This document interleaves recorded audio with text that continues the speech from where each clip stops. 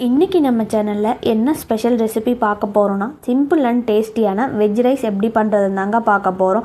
இந்த வெஜ் ரைஸை குழந்தைங்களுக்கு லஞ்ச் பாக்ஸுக்கு செஞ்சு கொடுத்திங்கன்னா ஒரு பருக்க கூட மிச்சம் வைக்காமல் சாப்பிட்டு வருவாங்கங்க. அந்தளவுக்கு டேஸ்ட் இருக்கும். கண்டிப்பாக நீங்களும் உங்கள் வீட்டில் ட்ரை பண்ணி பாருங்கள். ஃபஸ்ட்டு இந்த ரெசிபியை பண்ணுறதுக்காக ஒரு அடிகனமான பாத்திரத்தில் தேவையான அளவுக்கு எண்ணெய் சேர்த்துக்கோங்க. எண்ணெய் நல்லா சூடாகி வந்ததும் 1/2 டேபிள் ஸ்பூன் அளவுக்கு கடுகு சேர்த்துக்கோங்க. கூடவே ஒரு கொத்து கருவேப்பிலையும் சேர்த்துக்கோங்க. கடுகும் கருவேப்பிலையும் நல்லா பொரிஞ்சு வந்ததும் ஒரு மீடியம் சைஸ் பெரிய வெங்காயத்தை இது போல் பொடி பொடியாக நறுக்கி சேர்த்துக்கோங்க. வெங்காயத்தை சேர்த்ததும் வெங்காயம் நல்லா வதங்கி வர வரைக்கும் வதக்கி விட்டுக்கலாங்க. வெங்காயம் வதங்கும் போதே இஞ்சியும் பூண்டையும் இது போல் தட்டி சேர்த்துக்கோங்க. இது ஆப்ஷனல் தான், வேணும்னா சேர்த்துக்கலாம், வேண்டான்னா விட்டுடலாம். வெங்காயத்தோடு சேர்த்து தட்டி போட்ட இஞ்சியும் பூண்டையும் நல்லா வதக்கி விட்டுக்கலாங்க.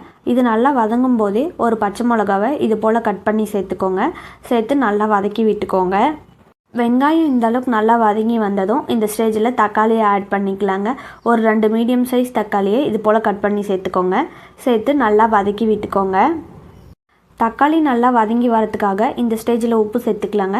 1/2 டேபிள் ஸ்பூன் அளவுக்கு உப்பு சேர்த்துக்கோங்க. உப்பு சேர்த்ததும் தக்காளி நல்லா வதங்கி வர வரைக்கும் வதக்கி விட்டுக்கலாங்க. வெஜ் ரைஸ்க்கு தக்காளியை கட் பண்ணி தான் சேர்க்கணும்னு இல்லைங்க, பேஸ்ட்டாக கூட அரைச்சி சேர்த்துக்கலாம். பேஸ்ட்டாக அரைச்சி சேர்க்கும்போது அதோட கன்சிஸ்டன்சி இன்னும் நல்லாயிருக்கும். தக்காளி இந்த அளவுக்கு நல்லா வதங்கி வந்துருச்சுங்க. இந்த ஸ்டேஜில் மசாலாவை ஆட் பண்ணிக்கலாம். அதுக்கு 1/4 டேபிள் ஸ்பூன் அளவுக்கு மஞ்சள் தூள் சேர்த்துக்கோங்க. ஒரு 3/4 டேபிள் ஸ்பூன் அளவுக்கு கரம் மசாலா சேர்த்துக்கோங்க. 1 டேபிள் ஸ்பூன் அளவுக்கு மிளகாய் தூள் சேர்த்துக்கோங்க. சேர்த்து மசாலா நல்லா பச்சை வாசம் போகிற வரைக்கும் வதக்கி விட்டுக்கலாங்க. மசாலா நல்லா வதங்கி வந்துருச்சுங்க. இந்த ஸ்டேஜில் வேக வச்சுருக்கிற கேரட்டையும் பீன்ஸையும் இதில் சேர்த்துக்கலாங்க. உங்களுக்கு வேறு எந்த வெஜிடபிள்ஸ் வேணாலும் சேர்த்துக்கலாம். நான் இன்றைக்கி கேரட்டும் பீன்ஸும் தான் சேர்த்துருக்கேன். கேரட்டும் பீன்ஸும் நல்லா வேக வச்சு தாங்க சேர்த்துக்கணும்.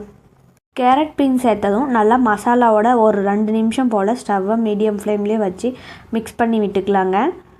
பாருங்கள், இந்த அளவுக்கு நல்லா மிக்ஸ் ஆனதும் இப்போ நம்ம வடித்து ஆற வச்சுருக்கிற சாதத்தை இதில் சேர்த்துக்கலாங்க. சாதத்தை சேர்த்ததும் மசாலாவோட நல்லா மிக்ஸ் பண்ணி விட்டுக்கலாங்க. இந்த ஸ்டேஜில் ஒரு 1/2 டேபிள் ஸ்பூன் அளவுக்கு உப்பு சேர்த்துக்கோங்க. சாதத்தில் உப்பு சேர்த்து வடிச்சிருந்தா உப்பு சேர்த்துக்காதீங்க. இந்த அளவுக்கு சாதத்தோட மசாலா நல்லா மிக்ஸ் ஆனதும் இந்த ஸ்டேஜில் ஸ்டவ்வை ஆஃப் பண்ணிடலாங்க. ஸ்டவ்வை ஆஃப் பண்ணிவிட்டு ஒரு கைப்பிடி அளவுக்கு மல்லித்தழையை பொடி பொடியாக நறுக்கி சேர்த்துக்கோங்க. மல்லித்தழையை சேர்த்ததும் சாதத்தை ஒரு முறை நல்லா மிக்ஸ் பண்ணி விட்டுக்கலாங்க. அவ்வளவுதாங்க, சுட சுட வெஜ் ரைஸ் ரெடி. இது வேறு பிளேட்டுக்கு மாற்றி சர்வ் பண்ண ஆரம்பிச்சிடலாங்க. இந்த வெஜ் ரைஸை குழந்தைங்களுக்கு மட்டும் இல்லாமல் வீட்டில் இருக்கிற எல்லாத்துக்கும் செஞ்சு கொடுத்து பாருங்கள். திரும்ப திரும்ப கேட்டு வாங்கி சாப்பிடுவாங்க. உங்களுக்கு இந்த ரெசிபியை பிடிச்சிருந்தா நீங்களும் உங்கள் வீட்டில் ஒரு முறை ட்ரை பண்ணி பாருங்கள். ட்ரை பண்ணி பார்த்துட்டு எப்படி வருதுன்னு மறக்காமல் கமெண்ட் செக்ஷனில் கமெண்ட் பண்ணுங்கள்.